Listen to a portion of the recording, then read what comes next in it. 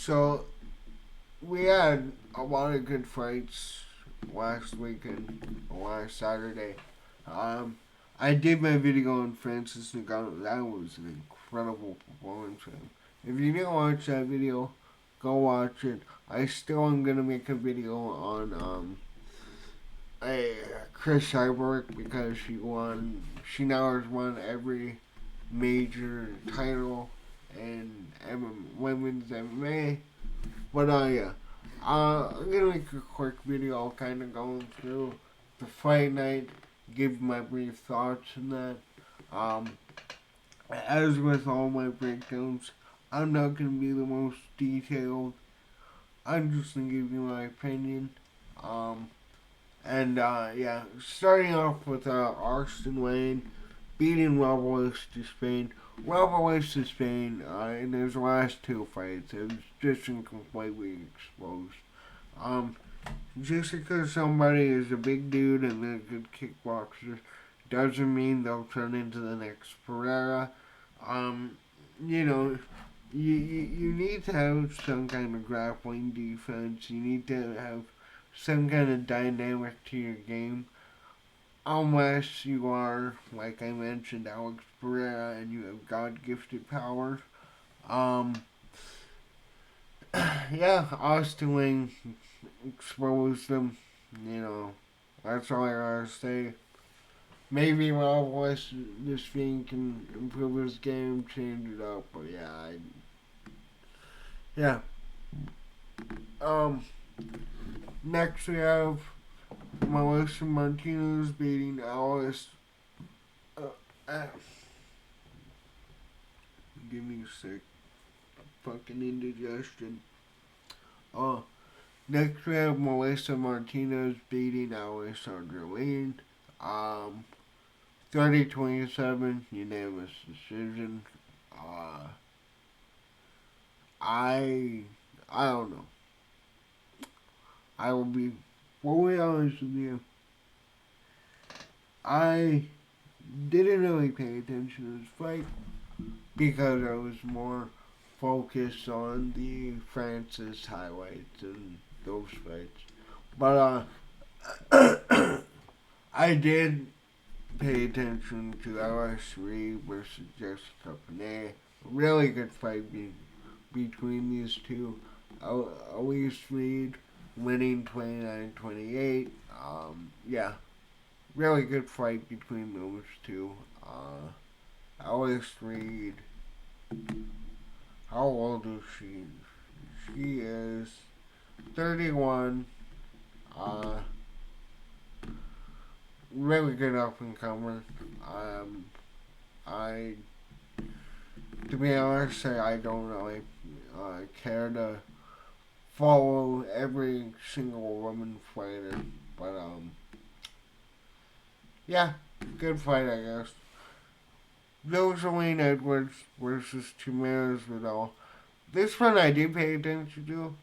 Joseline Edwards is scary as shit. Um, Basically, she controlled this entire fight. Outstruck Vidal by nearly 3 times strikes. Was able to land 4 takedowns. Basically did what she wanted and won by rear naked choke in the third round. Really dominant performance by her. Yeah. Next we have Brad Katona versus John Matsumoto. John Matsumoto won this pretty even fight. Brad Katona landed 3 takedowns. But John Matsumoto was able to land one of his, able to reverse position, and yeah, man, like this entire fucking card was decisions. Next, to end off the prelims, we have Matthias Nicolau versus Arsenal Almabayev if I'm saying that right. I still am available in the fight.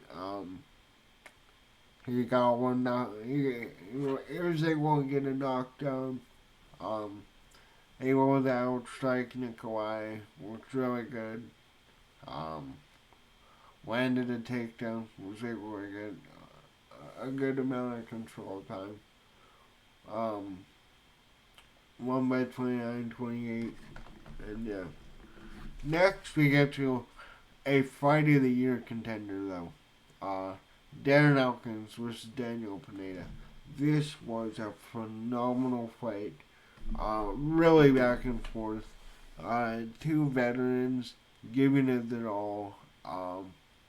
Man, I had Darren Elkins winning this fight.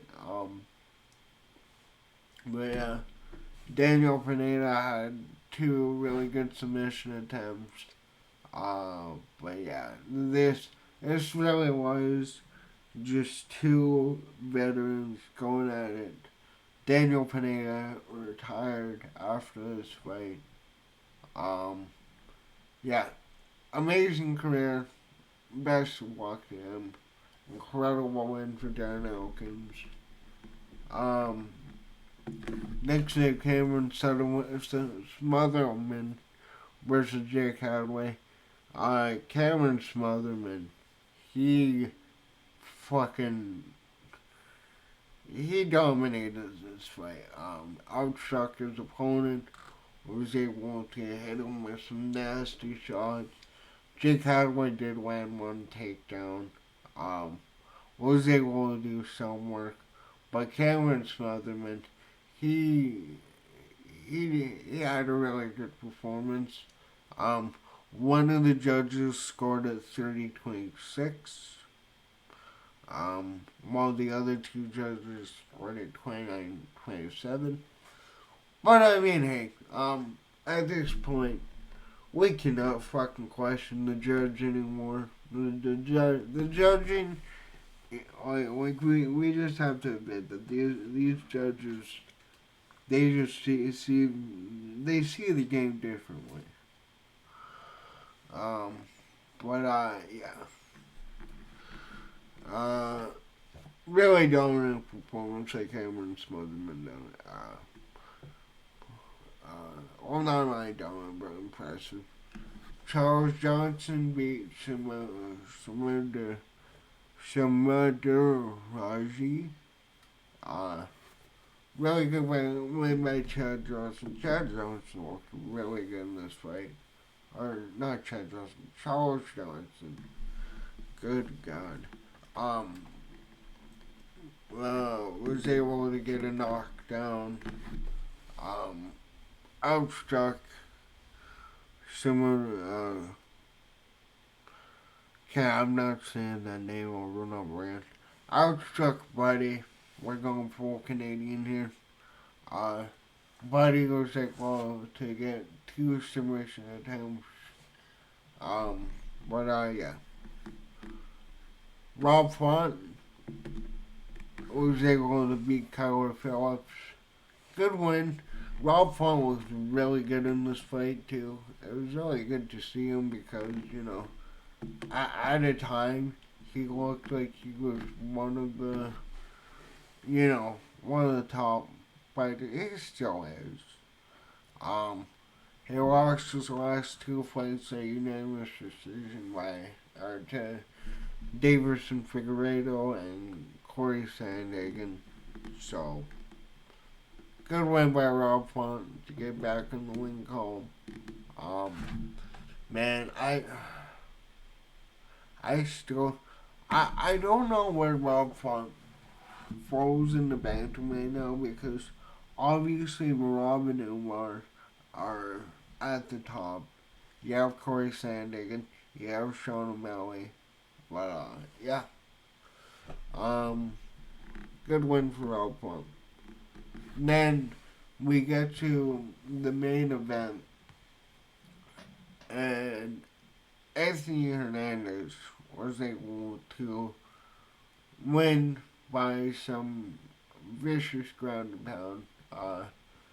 Eventually elbows got to Pereira. But yeah, this is a really good fight by Anthony Hernandez. One of the most dominant performances of the year, I'd say. He had 200 strikes compared to 30 of Michel Pereira. 152 significant strikes compared to 24. Yeah, this was an unbelievable performance by Anthony Hernandez. He moves up. Um, I don't know who you put Hernandez up against, because Michel Pereira is definitely, um, I hate to say it, but he is one of the gatekeepers to middleweight. Really good fighter, really fun to watch. But after that performance, dude, like, I wouldn't mind seeing Anthony Hernandez fight somebody like a Brendan Allen. That'd be a really fun fight.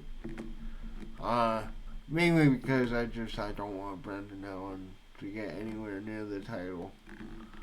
But yeah, that extends his winning streak to 6.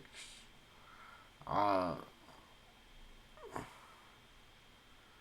oh yeah, I forgot he did beat Brendan Allen and LFA. So Anthony Hernandez, yeah, yeah. Anthony Hernandez is the hero we need. Um,